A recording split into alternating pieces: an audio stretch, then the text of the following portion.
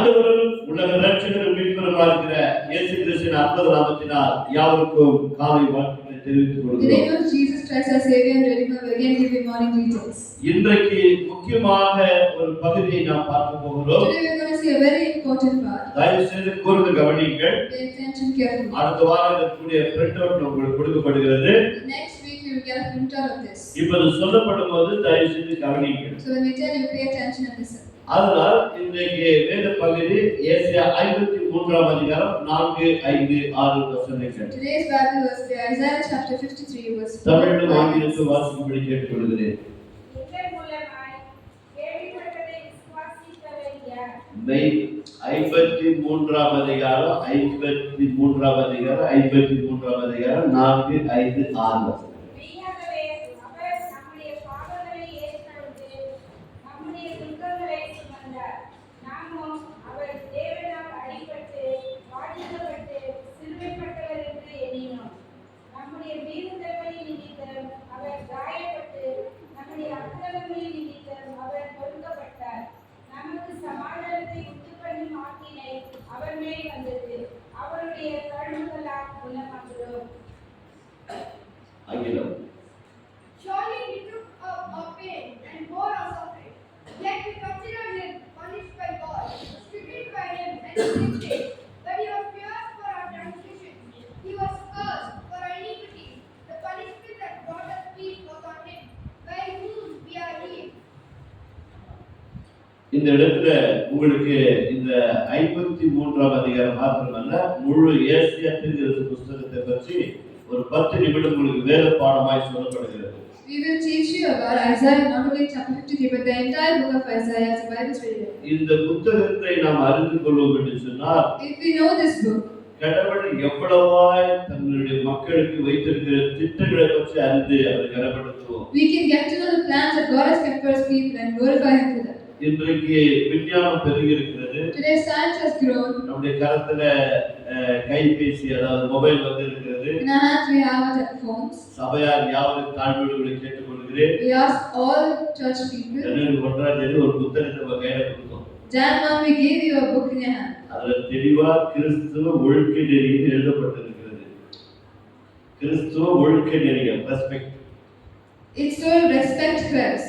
கடவுளுக்கு நாம் எப்படி மதித்து நாம் அப்படி வாழ்வது. How will we respect God and live according to it? அதுல ஒரு பகுதி தான் பரிசுத்த வேதாகமத்தை இங்க போடுறவங்களுக்கு வசனத்தை போட்டாலும் கையில் எடுத்துக்கொண்டு வரணும். Though even we have put it on the board, you should get the Bible. தயவுசெய்து சபையில மொபைல் வந்து வீட்டுல தனிப்பட்ட வாழ்க்கையில உபயோகப்படுத்திக் கொள்ளுங்க. In your house, in your individual life, you can use your phone. உங்களுடைய பரிசுத்த வேதாகமத்தை நீங்க கையில எடுத்துக்கொண்டு வருவது சொன்னால் கர்த்தரை நீங்கள் கனப்படுத்துவதற்கு அடையாளம். If you bring your Bible, it's a sign of honor that you give to God. இந்த வேதாகமத்தை எழுதுவதற்காக எத்தனையோ பரிசுத்தவான்கள் தன் ஜீவனை கொடுத்திருக்கிறார்கள். Many holy people have become martyrs to write this Bible. இந்த பரிசுத்த வேதாகம் வருவதற்காக பல பரிசுத்தவான்கள் பல பாடுகள் மத்தியிலே அது சரியான விதத்திலே ஆவியானவர் கோர்த்து நமக்கு கருத்தை கொடுத்திருக்கிறார். The Holy Spirit has united all those holy people and they have written the Bible. To come this into being, those people have suffered a lot. இந்த வார்த்தை மாத்திரம் நம்முடைய கரத்திலே இன்றைக்கு இல்லை என்று சொன்னால் And this word is not in our hands today. நாம் ரட்சிக்கப்படுவது மிகவும் அரிது. There is no way that you can be saved. அரிது என்று சொன்னால் அந்த அளவுக்கு அரிது. It is very hard to be saved. ஆனால் இயேசுவின் நாமத்தினாலே சபையின் சார்பாக போதகனாக இருக்கிறபடியால் உங்கள் அன்போடு கேட்கப்படுகிறோம். படிய தெரிஞ்சோ கையில பிடிச்சிட்டு வந்துருக்கோம். In the name of Jesus, we ask you as a church pastor is asking you to get your Bible and come. வேறாவது கையில எடுத்து வந்துருக்கோம். Get your Bible and come. இந்த பைபிள் இல்லைன்னா என்கிட்ட சொல்லுங்க, நான் வாங்கி கொடுக்குறேன். If you don't have Bible, ask him and he will buy for you. என்னுடைய வேலையே வசனத்தை கொடுக்கிற வேலை தான். His work is to give you the verses. கர்த்தர் மகிமைப்படுகிறார். And God be glorified. இந்த ஏசாயா தீர்க்கதரிசி புத்தகத்தை பற்றி ஒரு கோர்வையாக அவுட்லைன் கொடுக்கப்படுகிறது. With this book of Isaiah, we are going to give you outline of what it is. இந்த புத்தகத்திலே 56 அதிகாரங்கள் இருக்கிறது. In this book, there are 66 புத்தகங்கள் இருக்கிறது. There are 66 chapters in this book. இந்த 66 அதிகாரங்களிலே 66 புத்தகங்களுக்கு அடையாளம். For the 66 books in the Bible, there are 66 chapters in this Isaiah. ஆதியாகமம் முதற்கொண்டு வெளிப்படுத்தின சுவிசேஷம் வரைக்கும் இதனுடைய அடையாளம். From Genesis to Revelation, Isaiah is a sign. 39 அதிகாரம் 7 வைத்துக்கொண்டு அடுத்த வாரம் பிரிண்ட் அவுட் கொடுக்கிறோம். 39 அதிகாரம் 39th chapter. அதாவது ஏசாயா தீர்க்கதரிசி புத்தகத்திலே In the book of Isaiah, 1வது அதிகாரத்திலிருந்து 39 அதிகாரம் பழைய ஏற்பாடு. from chapter 1 to chapter 39 is Old Testament. 39 வரைக்கும் பழைய ஏற்பாடு. Till 39th chapter is Old Testament. 40 இருந்து 66 27 புத்தகங்கள் வந்து புதிய ஏற்பாடு. From 40 to 66 there are 27 chapters. Those are New Testament. பழைய ஏற்பாட்டுக்குள்ள ஒரு புதிய ஏற்பாடு கர்த்தர் வைத்திருக்கிறார். God has kept a New Testament into an Old Testament. புதிய ஏற்பாடு இயேசு இன்னும் பிறக்கவில்லை. In the Old Testament, Jesus was not yet born. இன்னும் வேதாகமம் எழுதப்படவில்லை. The Bible was not yet written. இயேசுவே பிறக்கவில்லை. Jesus himself was not born. அவர் ஒன்றும் பிரசங்கம் பண்ணவே இல்லை. He didn't preach yet. அவர் வருவதற்கு முன்பதாக Before he came, பல நூறு வருடங்களுக்கு முன்பதாக many thousands years before, பழைய ஏற்பாட்டு தீர்க்கதரிசி புத்தகம் ஏசாயா புத்தகத்திலே the book of Isaiah, the Old Testament, அதாவது 40வது அதிகாரத்திலிருந்து 66 வரைக்கும் எழுதப்பட்டிருக்கிறது. from 40 to 66, பவுல் எப்படி நிருபத்தில் எழுதுவார், how Paul will write his letter, பேதுரு எப்படி நிருபத்தில் எழுதுவார், how Peter will write his letter, யாக்கோபு எப்படி நிருபத்தில் how எழுதுவார், James will write his யூதா letter, எப்படி எழுதுவார், how Judas will write, வெளிப்படுத்தின சுவிசேஷத்தை யோவான் எப்படி எழுதுவார், how Revelation is going to be written by John. இப்படி எல்லாவற்றையும் For all தேவனாகிய these things, கர்த்தர் இந்த 27 புத்தகத்தில் எழுதி வைத்து விட்டார். God has kept those in his 27 chapters. இதை எப்படி பிரித்து பார்க்கிறார்கள் வேத அறிஞர்கள்? How do the Bible searchers separate this and see? பழைய ஏற்பாடு முழுவதுமாக ஆதியாகமம் முதல் கொண்டு எப்படி மல்கியா வரைக்கும் 39 புத்தகம் இருக்கிறதோ இந்த 39 புத்தகம் தான் அந்த ஏசாயா 53ஆம் அதிகாரத்தில் 1 இலிருந்து 39 வரைக்கும். From the Old Testament, from Genesis to Malachi, whatever chapters are there, that is kept in the book of Isaiah from 1 to 39. இந்த புதிய ஏற்பாட்டை எப்படி பிரிக்கிறார்கள்? How are they separating this New Testament? 40ஆம் அதிகாரத்திலிருந்து From the 40th chapter 48 வரைக்கும் ஒரு பகுதி, till the 48th chapter is one part.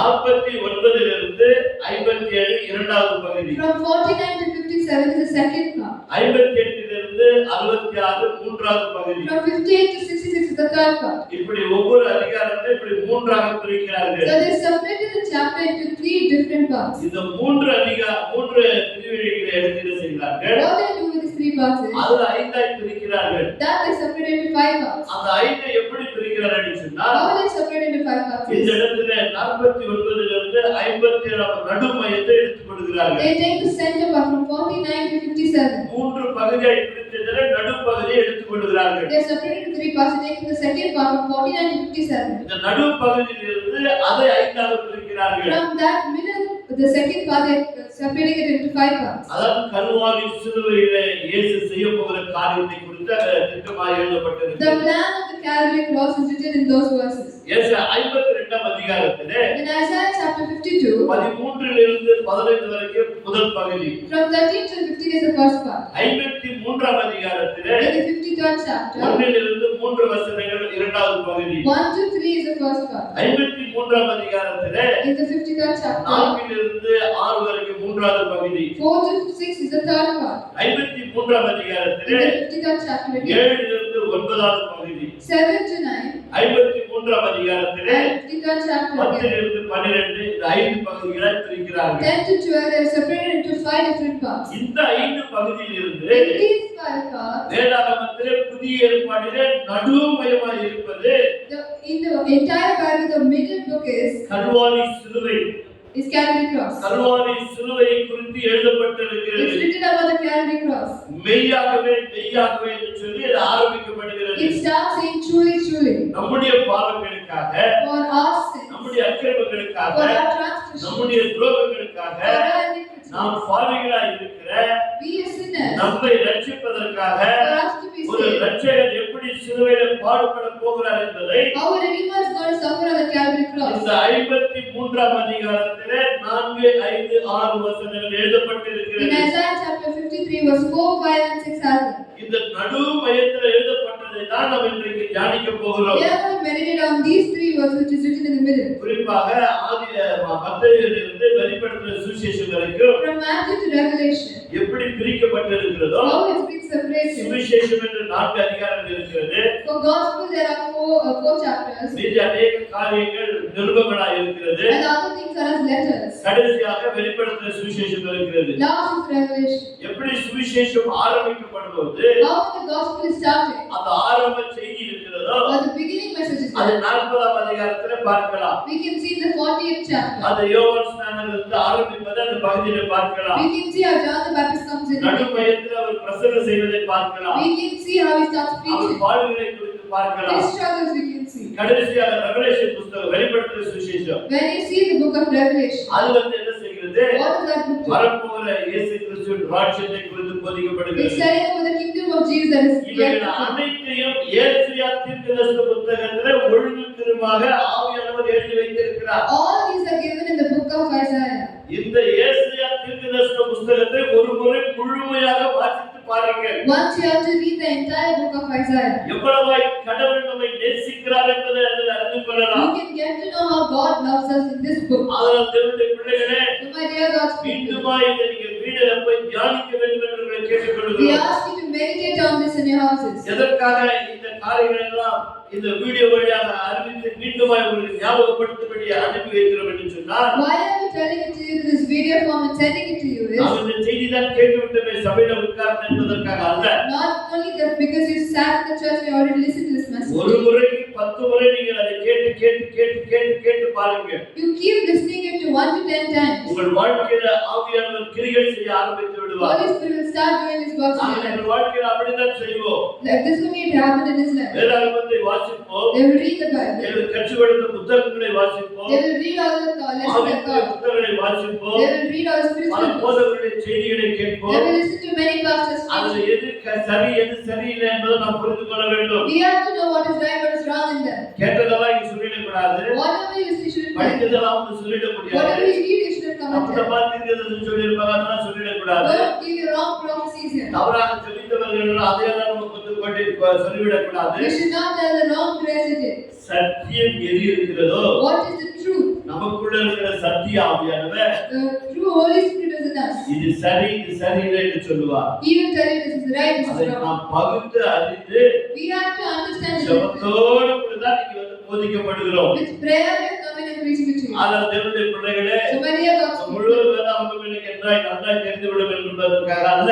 not just because we know the entire Bible. உலகத்தில் இருக்கிற மனுஷனே இப்படி சொல்லுகிறார். If a worldly man says this, கற்றது கையாளுவதுதான். what I learned is just an அல்லாதது உலக அளவு இருக்குது. what I don't know is a 2000 வருடங்களாய் இந்த பரிசுத்த வேதாகமத்தை பற்றி போதிக்கப்படுகிறது சபை. For 2000 years the church has been preaching this Bible. எல்லா திருச்சபைகளும் இந்த 2000 வருஷங்களாய் இந்த பரிசுத்த வேதாகமத்தை பற்றி தான் For போதிக்கிறார்கள். 2000 years the church has been preaching about this Bible. இருக்கிற இந்த 66 புத்தகங்கள் தான் மீண்டும் மீண்டும் வியாக்கியானம் செய்து These போதிக்கப்படுகிறார்கள். 66 books that have been shown again and again to you. ஏனென்று சொன்னால் வேத வசனம் ஜீவன் உள்ளது. Why? Because the Bible verses are life. இந்த வார்த்தை மனிதரை வாழ வைக்க வந்த வார்த்தைகள். These words have come to make man live. அழிவின் பாதையில போகிற மனுஷனை மீட்டெடுக்கிற வார்த்தைகள். It is to redeem a man who is going in the way of destruction.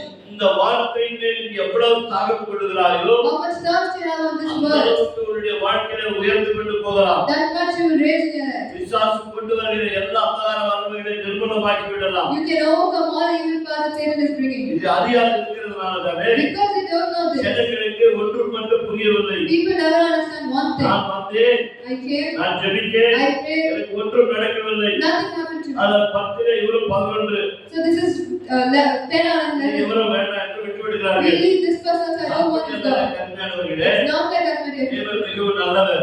God is very good person. இன்றைக்கு இந்த பகுதிகளை நாம் பார்க்க போகிறோம். We're going to see those parts. வேண்டுமாய் தமிழ் ஒருவர் என்னோடு கூட ஒத்துழைக்கும்படி கேட்டுக்கொள்கிறேன்.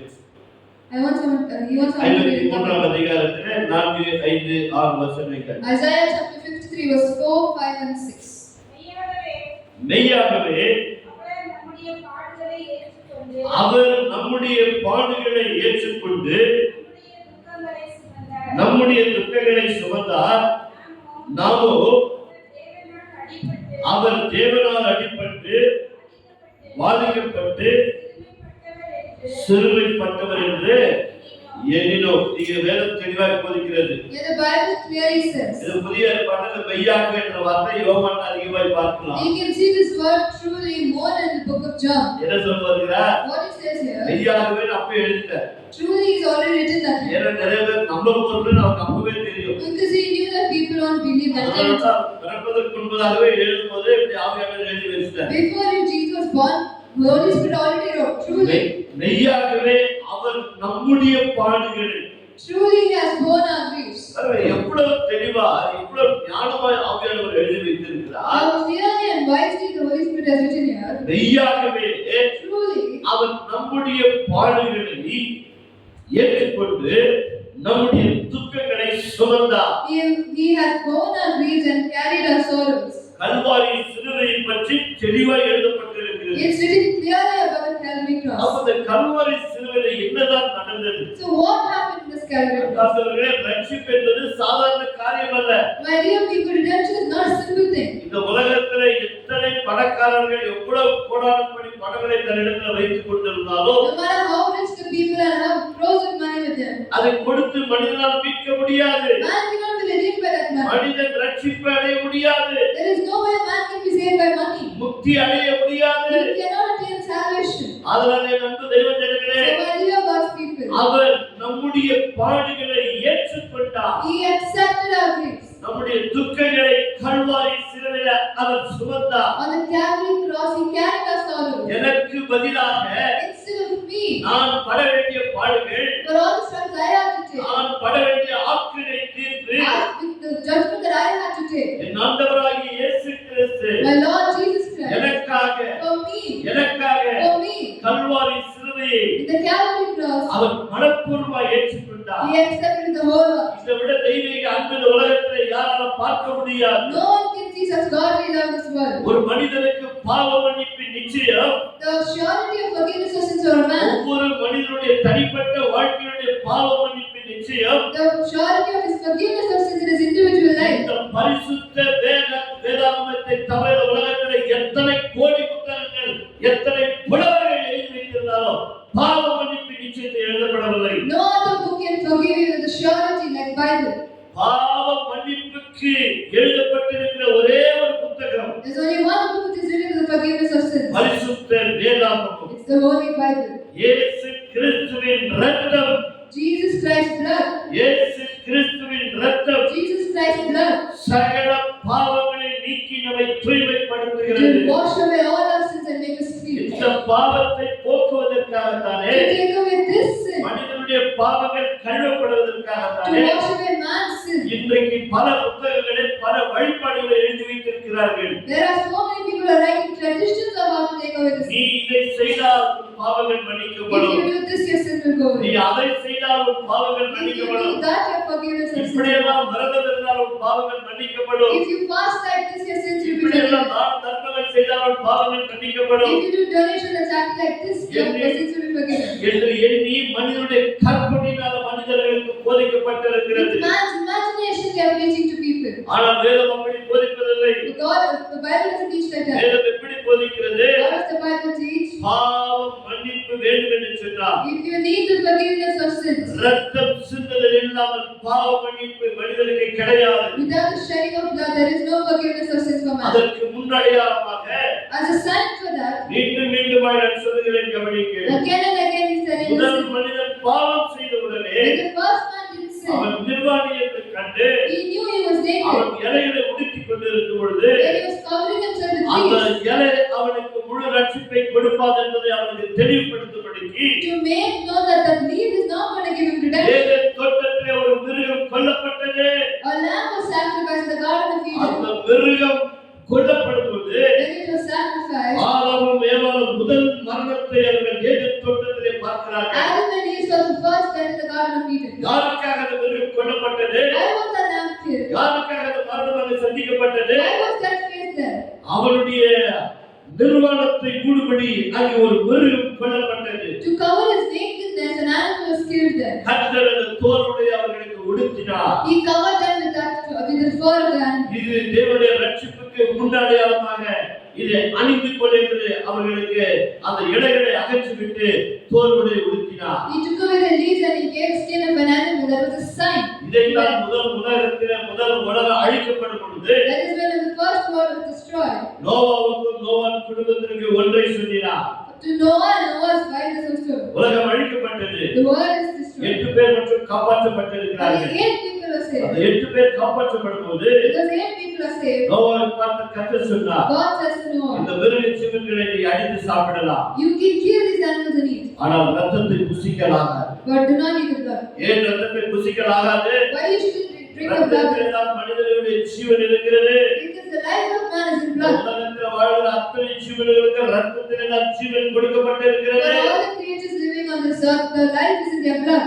அதனால் புசிக்கப்படும் பொழுது So when they are eating, ரத்தத்தை புசிக்க கூடாது. do not drink the blood. நியாயப்பிரமாண காலத்துக்கு முன்பதாக ஒரு முறை நோவாவுக்கு தேவன் கட்டளையிட்டார். Before the time of the law came, God preached to Noah this. அதன் பிறகுதான் நியாயப்பிரமாண புத்தகம் மோசேஸ் வழியாக கொடுக்கப்படும் போது When the book of law was given to Moses, லேவியர் புத்தகம் pardon?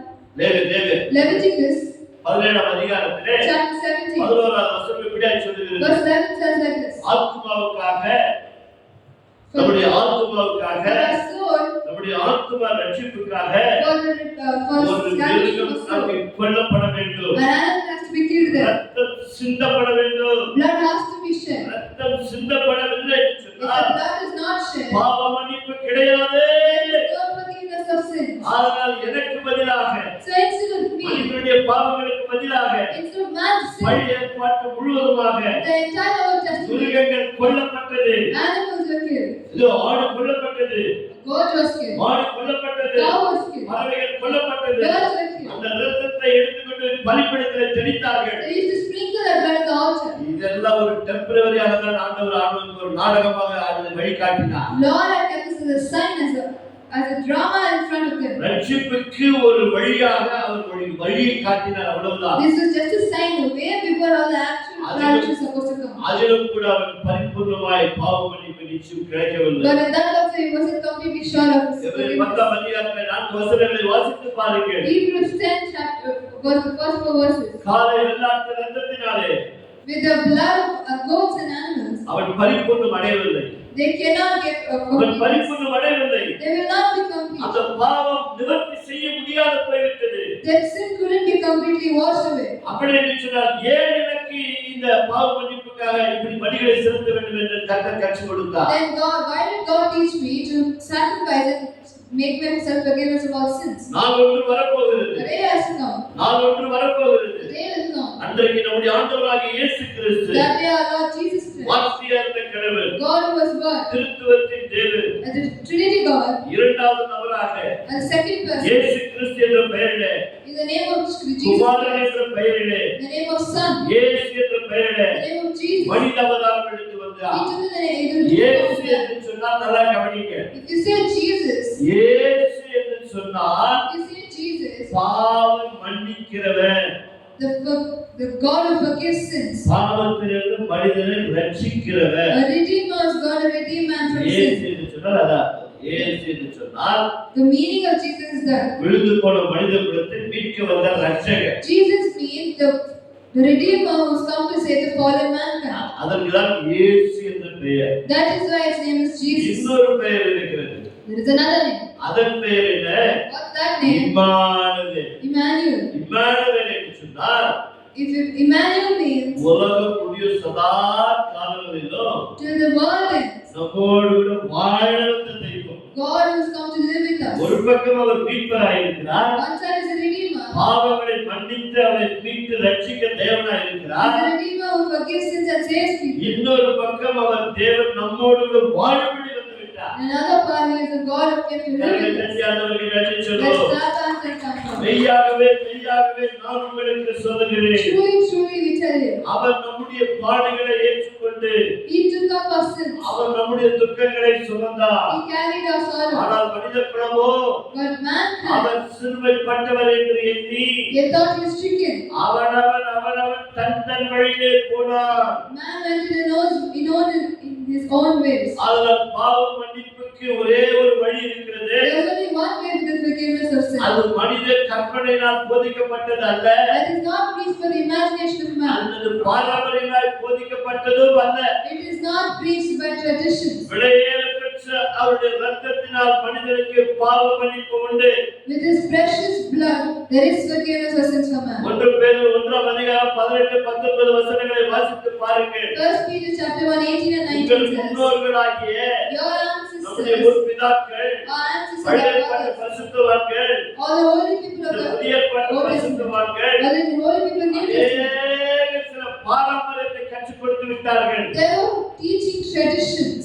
ஆனால் இன்றைக்கு மனிதனுக்கு பாவ மன்னிப்பு என்று சொன்னவுடனே So they say forgiveness of sins for man. வேத சத்தியத்தை தள்ளி வைத்து விடுகிறார்கள். They keep aside the Bible verses. பாரம்பரியத்தை கடைபிடிக்க ஆரம்பித்து They விடுகிறார்கள். start holding on to traditions and cultures. ஏனென்றால் கடவுள் இப்படிதான் விரும்புகிறார் என்று எதிர்பார்க்கிறார்கள். And because they think God loves it like this. ஏதோ பொன்னை கொடுத்து விட்டால் ஆண்டவர் என் பாவத்தை மன்னித்து விடுவார். If I give gold, God is going to forgive my sins. என்னிடத்திலிருந்து தங்கத்தை வெள்ளியை கொடுத்து விட்டால் என் பாவத்தை மன்னித்து விடுவார். If I give my silver, God is going to forgive me. அதனால மனிதன் இன்றைக்கு என்ன செய்கிறான்? So what does man do now? எவ்வளவு லட்சம் வாங்கினாலும் சரி, How much of a bribe we எவ்வளவு take? கொள்ளையா எடுத்தாலும் சரி, How much of we do? யாரை ஏமாத்தினாலும் How சரி, much of we cheat us? எந்த குடும்பம் எப்படி நாசானாலும் பரவாயில்லை. However, any time a family gets destroyed, கொள்ளையடிச்சதுல ஒரு கொள்ளையை கொண்டு காரியங்களை போட்டுறான். whatever we rob from them, he gives it back to God and says he will be forgiven. அது மனிதனுடைய பாவங்களை மன்னிக்காதே. He will not forgive man's sin. அந்த வேத பகுதியை வாசிங்க. We read the Bible part. 1 பேதுரு 1 அதிகாரம் 18 19 வசனங்கள். 1 Peter chapter 1 verse 18 and 19.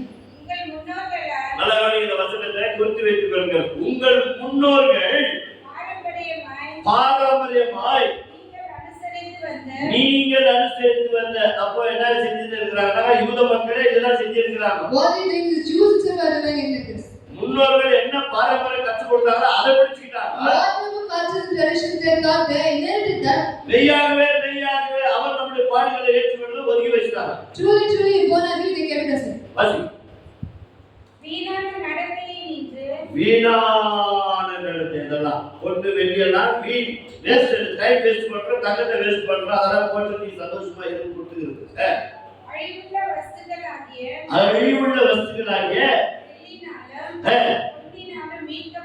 மீட்கப்படாமல் தெளிவா எழுதி வச்சிருக்கு. It's written clearly, you cannot be saved with that. அதெல்லாம் ஒரு நாள் அழிவு போகிற பொருள். It's going to be perished one day. அது உன்னை மீட்காதே. That will not save you. அது அழிந்து போகிற ஒரு பொருள். That is something that's perishable. நீ இந்த பூமியில வாழும்போது When you live on this earth, அதெல்லாம் நீ விலை கொடுத்து வாங்கி போட்டுக்கலாம். you can give a price, you can give pay for that, and you can அது have கூட it. பரலோகம் வரப்போறது இல்லை. That is not going to come to heaven. அன்றைய கடைசியா போகும்போது பூதி கூட கட்டி விட்டுறோம். When they go to the grave, they're going to remove your nose ring as well. At least ஒரு அரசு இப்ப இருக்கிற வேலைக்கெல்லாம் அவருக்கு காசு கிடைக்கும். If you sell that, you will get little money. அது தப்பு இல்ல.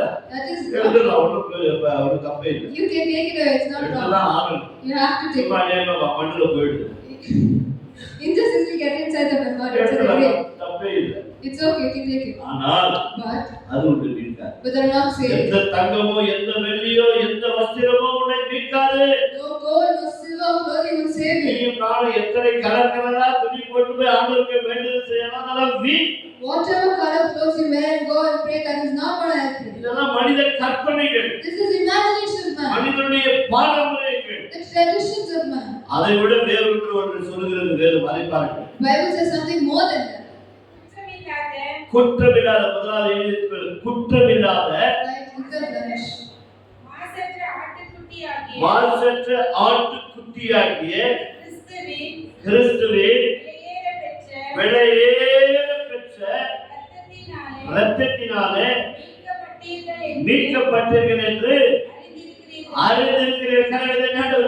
சொல்லுவோம். Let's clap our hands and thank Him. இதை விட ஒரு மேலான சத்தியத்தை உங்களுக்கு போதிக்க முடியாது. We cannot reach a bigger truth than this. இந்த இரத்தத்திற்கு விலை கொடுக்க முடியாது. There is no price for this blood. அதனால ஆவியானவர் எழுதி வைத்திருக்கிறார். That is why the Holy Spirit has விலையேற பெற்ற இரத்தம், with the priceless blood of Christ, இந்த பாவ மன்னிப்பு நிச்சயத்திற்கு for the forgiveness of sins, for the இந்த surety. உலகத்திலே எத்தனையோ மகான்கள் வந்து வாழ்ந்தார்கள். So many great people have lived in this எத்தனையோ earth. பரிசுத்தவான்கள் வந்து வாழ்ந்தார்கள். So many holy people have lived in this அந்த earth. பரிசுத்தவான்கள் எப்படி வாழ்ந்தார்கள்? How do those people live? நாம் திருச்சபைகளிலே பாடலை கேட்டிருக்கிறோமா?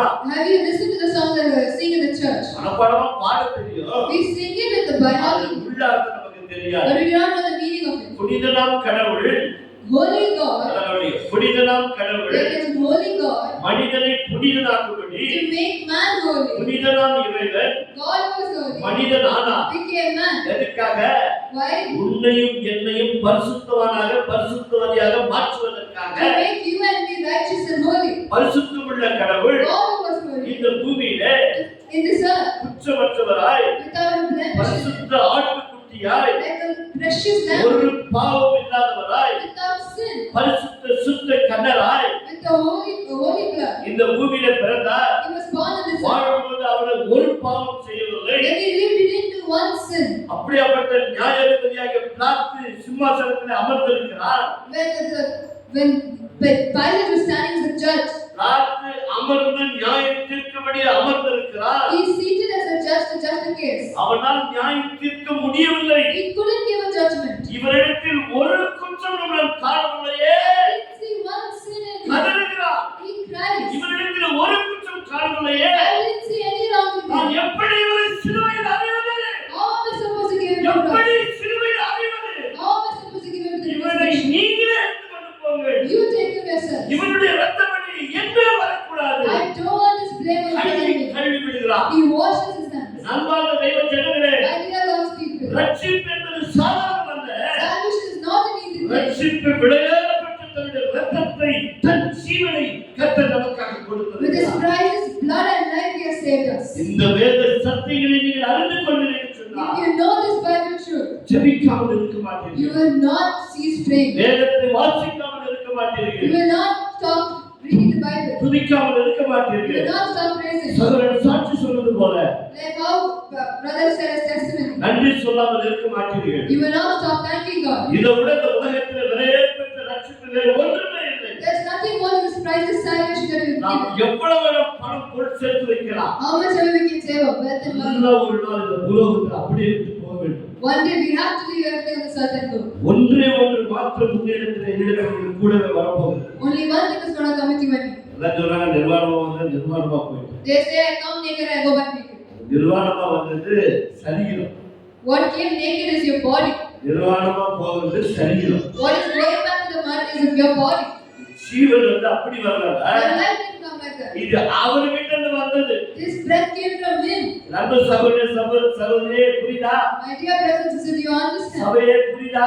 Church, do you இந்த understand? சரீரம் This body மண்ணால் எடுக்கப்பட்டது. was taken from the mud. அந்த மண்ணுக்கு ஒரு ஜீவனை கொடுத்தார். He gave life to that mud. அது மண்ணிலிருந்து வரல. That life didn't come from the mud. தேவனுடைய சுவாசத்திலிருந்து வந்தது. That life came from the breath of God. ஜீவ சுவாசத்தை அவர் நாசியில ஊதினார். God blew his lifeful breath into his nostrils. அவன் ஜீவ ஆத்துமானார். He became a living soul. இந்த ஜீவ ஆத்துமானார் This living soul, ஆவி தந்த தேவனிடத்திலே போகிறது. the spirit goes to God. இந்த ஆவி தந்த தேவனிடத்திலே போகிறது. This soul goes to God. இந்த ஆத்துமா அவனிடத்திலே போய் சேர வேண்டும். For the soul will go to God. இந்த ஆத்துமா தான் பாவத்தை செய்ய இந்த சரீரத்தை தூண்டுகிறது. This soul only will tempt the body to do sin. மனம் என்று சொல்கிறார்கள். They say mind, ஆத்துமா என்று they சொல்கிறார்கள். say soul. இந்த மனம் இந்த ஆத்துமா ஒன்று சேர்ந்து When this mind and soul come ஒரு together, நல்ல தீர்மானம் எடுக்க செய்கிறது. they take a good decision. இது நல்லது, This is good, இது கெட்டது. this is bad. நல்லவைகளை பற்றிக்கொள் என்று ஆத்துமா உள்ள இருக்கிற ஆவியானவர் ஏவுகிறார். The Holy Spirit inside us hold on to the good things. பிசாசின் ஆவி என்ன செய்கிறது? What is Satan's அதை spirit do? நம்பாதே. Don't believe இதை that. செய். Do this. இன்னைக்கு ஒரு நாளைக்கு செய். Do once here. இன்னைக்கு ஒரு நாளைக்கு செய். Do what today. நாளைக்கு தெரிந்து விடலாம். Tomorrow we can. நாளைக்கு தெரிந்து விடலாம். Tomorrow we can change. நாளைக்கு தெரிந்து விடலாம். Tomorrow we can change. நாளைக்கு தெரிந்து விடலாம். Tomorrow we can change. இப்படியே சொல்லி உன்னை ஏமாற்றி விடுகிறது. If you keep saying it, it will cheat you. உன் ஆத்துமா இழந்து போகக்கூடாது என்று சொன்னார். If you don't want your soul to be perished, ஜீவ ஆத்துமா என்ன சொல்கிறார் அதை கேட்க வேண்டும். whatever the living spirit says, listen to it. கரங்களை தட்டி ஆண்டவருக்கு நன்றி Let's சொல்வோம். clap hands and thank God. ஏசாயா தீர்க்கதரிசன புத்தகம் சாதாரண புத்தகம் அல்ல. The book of Isaiah is not a simple book. அவருடைய பிறப்பை குறித்து போதிக்கிறது. It's told about his birth. அவருடைய பாடுகளை குறித்து போதிக்கிறது. It's told about his அவருடைய struggles. உயிர்த்தெழுதலை குறித்து It's போதிக்கிறது. told about his ministry. வரப்போகிற ராஜ்யத்தை குறித்து It's போதிக்கிறது. told about his coming kingdom. கடந்த காலம், The past time, கடந்த காலம், the past time, நிகழ்காலம், the present, வரப்போகிற and காலம். the future. புதிய ஏற்பாடு எழுதப்படுவதற்கு முன்பதாகவே Before the New Testament was மூன்று written, காலங்களை குறித்து எழுதி வைத்த புத்தகம் தான் ஏசாயா the book தீர்க்கதரிசன of Isaiah has all the 3 times in it. எப்படி எப்படி புதிய ஏற்பாடு பழைய ஏற்பாடு 66 புத்தகங்கள் இருக்கிறதோ All the Old Testament, New Testament together are 66 books. அப்படித்தான் இந்த புத்தகத்தில் எழுதி வைக்கப்பட்டிருக்கிறது. This book also has 66 chapters. ஆனால் தேவனுடைய மக்களே, Dear God's இந்த people, பழைய ஏற்பாட்டுக்கு புதிய ஏற்பாட்டுக்குள்ள வித்தியாசங்களை நீங்க அறிந்து கொள்ள வேண்டும். you have to know the difference between the Old Testament and New பழைய Testament. ஏற்பாட்டிலே ஆசாரியர் தன்னுடைய பாவத்திற்கு அவர் ஒரு பலி செலுத்தினால் ஆசாரியர் ஊழியத்தை செய்ய முடியும். In the Old Testament, a priest has to give a sacrifice for his sin, then only he can give a sacrifice for the 27ஆம் people's sin. அதிகாரத்தை எடுத்துக்கொள்ளுங்கள். 27ஆம் வசனத்தை ஒரு வாசிப்பு கேட்டுக்கொள்கிறேன். எபிரேயர் 7ஆம் அதிகாரம் Hebrews chapter 7 verse 27. 27ஆம் வசனத்தை வாசியுங்கள். இந்த ஆசாரியனுக்கும் இயேசு கிறிஸ்துவின் ஆசாரியனுக்கும் இரண்டுக்குள்ள வித்தியாசம். What is the difference between an Old Testament priesthood and Jesus Christ priesthood? பழைய ஏற்பாட்டு பரிசுத்தவான், The Old Testament priest, பரிசுத்தவான் என்று சொன்னால் ஆசாரியர், if you say holy person is a priest, தேவனுடைய ஊழியக்காரர், God's servant, தேவனுக்காக ஆண்டவருடைய மன்றாடுகிறவர், he is a person who pleads to God for people. பாவ மன்னிப்பை வாங்கி கொடுக்கிறவர். He is the one who gets forgiveness of sins to the people. அவன் இந்த ஆசாரிய கூடாரத்துல பலிகளெல்லாம் செலுத்தி வெளியே வந்து ரத்தத்தை தெளிச்சாதான் பாவ மன்னிப்பு நிச்சயம் ஒரு அளவுக்கு நிம்மதியா அப்பா அப்படின்னு சொல்ல முடியும். Once he sacrifices on the altar, sprinkles the blood of people, then only they get surety that sins have been forgiven. அந்த ஆசாரியனை என்ன செய்கிறீங்களா? But you know what the priest should do before that? இப்ப நாளைக்கு ஆசாரியன்னு சொன்னா If he is a priest, நீங்க எல்லாம் விசுவாசிகள், you are all the believers. நீங்க எல்லாம் தேவனுடைய மக்கள். You are all God's people. நான் இப்போ என்ன செய்ய வேண்டும் என்று சொன்னால், What he should do is, என்னுடைய பாவத்திற்கு for his sin, நானே ஒரு பலி செலுத்தணும். he has to give a sacrifice. என்ன சுத்திகரித்துக் கொள்ளணும். He has to make himself முதல்ல holy. என் பாவம் கழுவினாதான் Because his sin should be washed உங்க away. பாவத்துக்கு கழுவுறதுக்கு இங்க பலிபீடத்துல உள்ள போக முடியும். He can go inside the altar to sacrifice for your sins. பழைய ஏற்பாட்டு காலத்துல தேவாலயங்கள் இப்படிதான் இருந்தது. In the Old Testament, the temple was like this. இன்றைக்கு நம்முடைய தேசத்துல இருக்கிற எல்லா கோயில்களும் இதே டைப்ல தான் கட்டப்பட்டு இருக்கிறது. And all the temples that have been built in this country also have been like this. அது கிறிஸ்துவ சபையா இருந்தாலும் Whether சரி, it's a Christian church, அது இஸ்லாமிய சபையா இருந்தாலும் or it's சரி, a mosque, அது இந்துக்கள் சர்ச்சா கோயிலா இருந்தாலும் சரி, or if it's a temple of the Hindus, எல்லாம் இது பிரகாரம் சரி it's all been like this one. It's எல்லாம் been பழைய built like ஏற்பாட்டில் this. எழுதப்பட்டிருக்கிறது. Because it's written in the Old Testament. ஒன்று முதலாவது வெளிப்பிரகாரம். First is the outer hall. வெளிப்பிரகாரம் என்று சொல்லும்போது If you say the outer hall, யூத மக்களுக்கும் தேவனுடைய அச்சு தேவனை ஆராதிக்கப்படுகிறதா வெளிப்பிரகாரம். for the Jews and the people who do not worship God, they stay in the outer hall. அந்த யூதர்கள் மத்தியில் சொல்லப்படுகிற புறஜாதி மக்கள். Gentiles who do not know God, they will stay at the outer hall. அது இந்த கடவுள்கிட்ட வேண்டினா They will pray to this God, அது உள்ள இருக்கலாம். but they cannot come அது inside. வெளியில. They will stand outside itself. உள்ள ஒரு கூட்டம் வருது. There is another group of people come inside. அதுதான் தேவனால் தெரிந்து கொள்ளப்பட்ட இஸ்ரவேல் குடும்பங்கள். That is the families of Israel that have been chosen by God. இதுவரைக்கும் வரலாம் உள்பிரகாரம். They can come into the inner hall, ஆனா இங்க பாடல யாரும் உள்ள வரக்கூடாது. but they cannot come more inside. அவங்க தேவனுடைய மக்கள் பெயர் பெற்று மாறு தட்டிக்கிட்டு உலகம் பூரா சொல்லிக்கலாம்.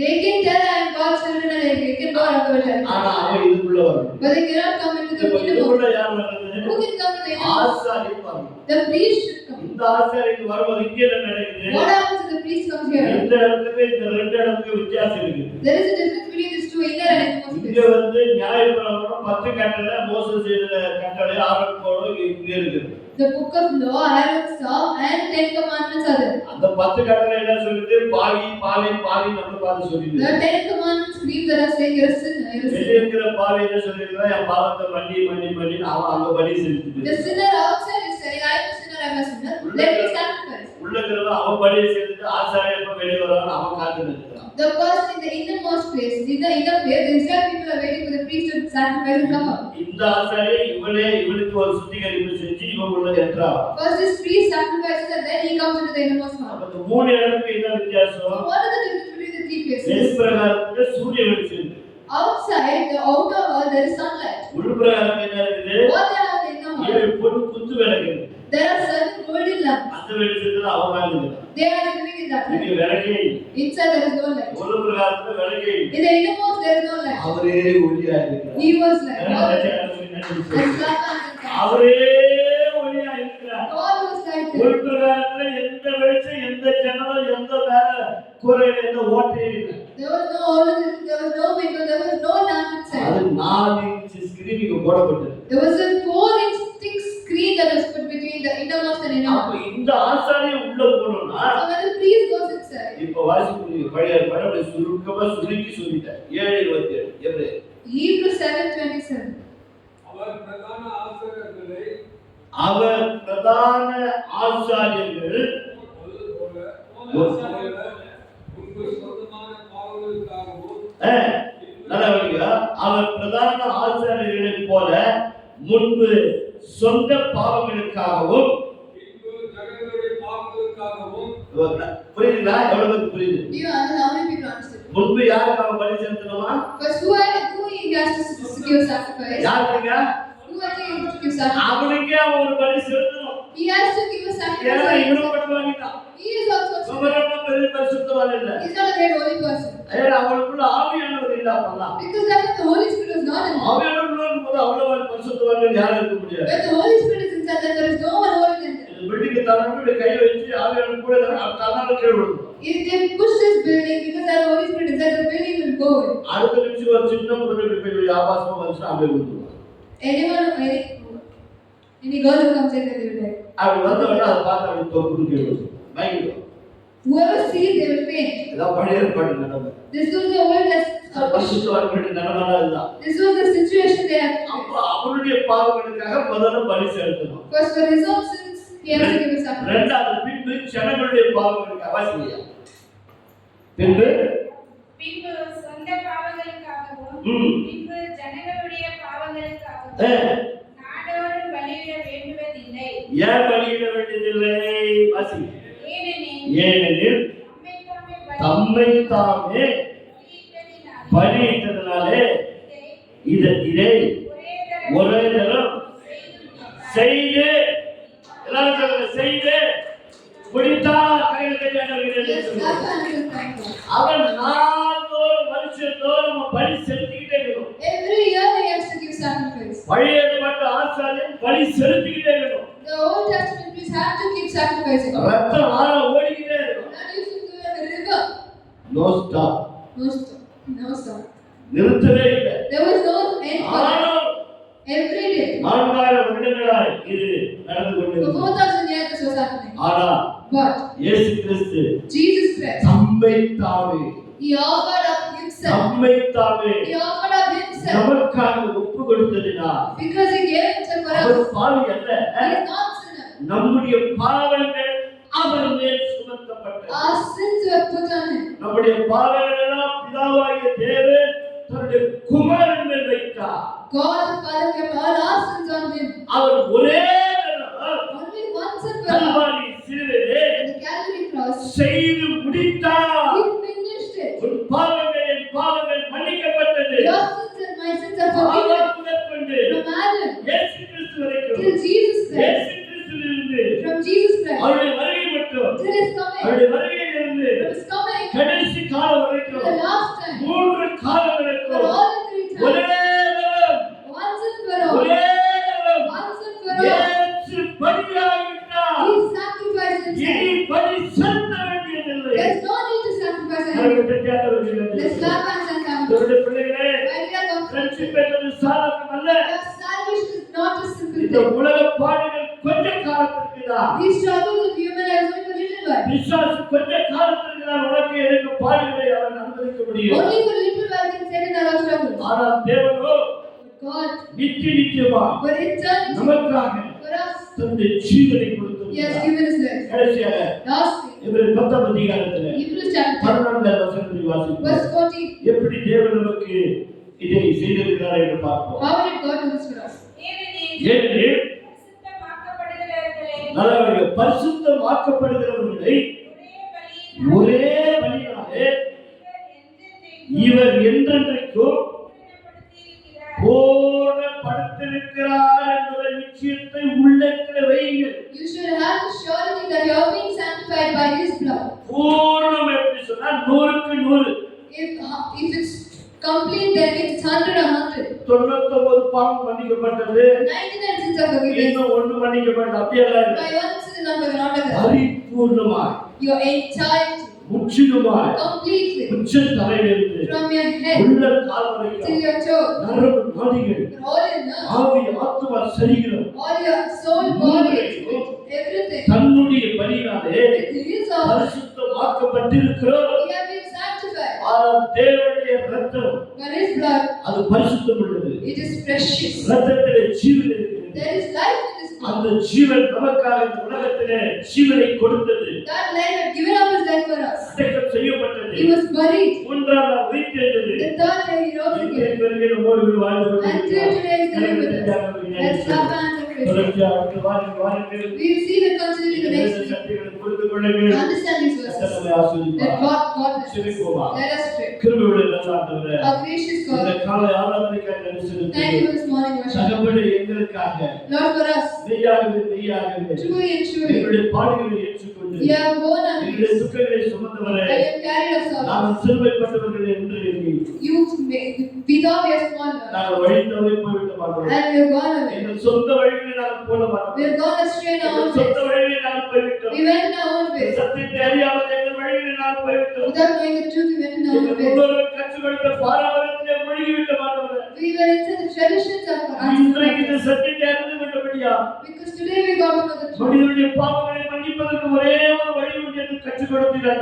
Lord, we got to know there's only one way for the forgiveness of அது sins. ஒன்றே ஒன்று. And that is one ஒரே way. பெற்ற ரத்தம், Your price is blood. மாசற்ற ரத்தம், Your blemished blood. பாவமில்லாத ரத்தம், Blood without sin. எங்கள் பாவக்கரைகளை கழுவுகின்ற ரத்தமானவரே, The blood that came to wash us. ரத்தத்தால் எங்களை கழுவி சுத்திகரிங்க. You wash us with your blood. ரத்தத்தால் எங்களை கழுவி You சுத்திகரிங்க. wash us with your blood. ஒருவேளை இன்றைக்கு வரைக்கும் உடைய மனதை Till நோகப்படுத்தியிருக்கலாம். today we have hurt you, Lord. இந்த நிமிஷம் வரைக்கும் உடைய மனதை நோகப்படுத்தியிருக்கலாம். Till this minute we have hurt you. பல பாவ பழக்க வழக்கு நாங்கள் கட்டப்பட்டு இருக்கிறோம். We have been bound to sin, அது Lord. வெளியில சொல்ல முடியாது. We cannot tell it அது outside. வெளியில சொல்ல We முடியாது. cannot tell it outside. நாங்கள் பாவ சாப கேள்வி நாங்கள் கட்டப்பட்டு We have இருக்கிறோம். been caught up in sins and இன்றைக்கு உடைய ரத்தம் கழுவப்படும் என்று சொன்னார். if today your blood washes us, பரிசுத்தமாக முடியுமானவரே, we can become holy. Lord. எங்களுடைய உறவுகளை கழுவியது, Once you wash us, எங்களுடைய உறவுகளை கழுவியது, wash us once. ஒரே வழியாக As one single கல்வாரி சிலுவையில் in the Calvary cross, எங்களுக்காக ரத்தத்தை சிந்தினவரே, you gave your blood. கடைசி